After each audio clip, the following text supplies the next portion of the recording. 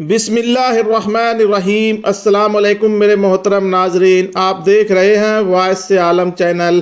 میرے محترم ناظرین اور میرے پیارے دوستو، آج میں لے کر آیا ہوں آپ لوگوں کے سامنے دلی کے ایک مشہور کفن چور کا واقعہ۔ میرے محترم ناظرین، اس ویڈیو کو مکمل طریقے سے سمجھنے کے لیے اسے آخر تک ضرور دیکھیں اور ہمارے چینل کو لائک اور سبسکرائب کرنا بالکل ہی نہ بھولیں، اور پاس میں دیے گئے بیل آئیکن کو بھی پریس کر دیں تاکہ ہماری اگلی آنے والے ویڈیو کی نوٹیفیکیشن آپ لوگوں تک بآسانی پہنچتی رہے۔ میرے پیارے دوستو، برسوں پہلے کی بات ہے، دلی کی سرزمین پر ایک بڑا ہی مشہور کفن چور رہتا تھا، یعنی پوری دلی والے اسے جانتے تھے کہ یہ کفن چور ہے۔ رات کے اندھیرے میں قبر کھود کر یہ لوگوں کے کفن چرایا کرتا تھا۔ دلی کے ایک مشہور بزرگ نے ایک مرتبہ اس کفن چور کو اپنے پاس بلایا اور بلانے کے بعد کہا کہ میں تیرے ساتھ ایک سودا کرنا چاہتا ہوں۔ یہ سنتے ہی وہ کفن چور حیرت سے کہتا ہے، آپ اللہ کے نیک بندے ہیں، میں بہت بڑا گنہگار اور سیاہکار ہوں، آخر آپ میرے ساتھ کون سا سودا کرنا چاہتے ہیں؟ اللہ کے ولی اشرفیاں سے بھری ہوئی ایک تھیلی اس کے ہاتھوں پر رکھ دیتے ہیں اور فرماتے ہیں، میں چاہتا ہوں کہ یہ پیسے تو لے لے اور مجھ سے وعدہ کر لے، جب میرا انتقال ہو جائے گا تو میرا کفن نہیں چرائے گا۔ اس کفن چور نے جب یہ سنا، اس نے اپنے ہاتھوں کو آگے بڑھایا، اشرفیاں کی تھیلی دوبارہ اللہ کے ولی کے ہاتھوں پر رکھ دی اور کہنے لگا، حضور، اگرچہ میں بہت ہی بڑا گنہگار اور سیاہکار ہوں، لیکن میں اتنا گھٹیا انسان بھی نہیں ہوں کہ میں کسی اللہ کے ولی کے کفن کو چوری کرنے کی ضرورت بھی کروں۔ میں آپ سے یہ پیسے نہیں لیتا، وعدہ کرتا ہوں آپ کا جب انتقال ہو جائے گا میں آپ کا کفن ہرگز نہیں چراؤں گا۔ اللہ کے ولی نے کہا، مجھے تیرے وعدے پر بھروسہ نہیں ہے، میں چاہتا ہوں کہ تو یہ پیسے لے لے اور وعدہ کر کے تو میرا کفن نہیں چرائے گا۔ اس نے کہا، میں آپ سے بنا پیسے لیے وعدہ کرتا ہوں، میں آپ کا کفن ہرگز نہیں چراؤں گا۔ اللہ کے ولی نے کہا، اگر تو واقعی وعدہ کرتا ہے میں تجھے ہدیہ کے طور پر یہ پیسے دیتا ہوں، اپنے پاس رکھ لے، اپنے وعدے کو بھلا مت دینا، میرا کفن مت چرانا۔ اس کفن چور نے اب وہ پیسے لے لیے اور کہنے لگا، میں وعدہ کرتا ہوں میں آپ کا کفن کبھی بھی نہیں چراؤں گا۔ یہ کہہ کر وہ وہاں سے رخصت ہوا۔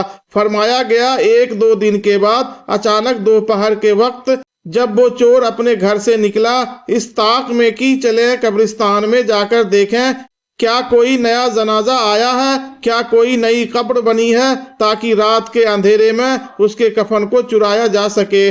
جب اپنے گھر سے وہ نکلا تو اس نے دیکھا دلی کی سرزمین پر ایک جنازہ چلا جا رہا تھا جس کے پیچھے پیچھے پورا شہر امڑ پڑا تھا۔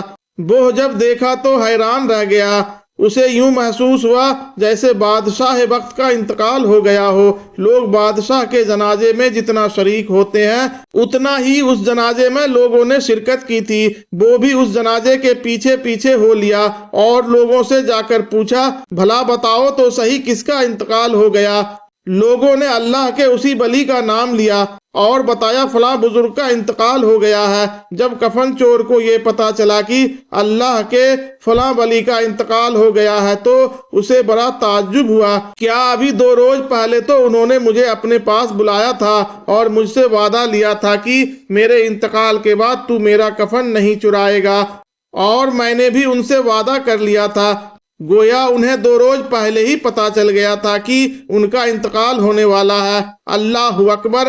اب وہ کفن چور ثواب کمانے کی نیت سے جنازے میں شریک ہو جاتا ہے، یہاں تک کہ وہ میت قبرستان تک پہنچی۔ اب جنازہ کاندھے سے اتارا جاتا ہے، اللہ کے ولی کے آخری دیدار کے لیے ان کے چہرے کو کھول دیا جاتا ہے۔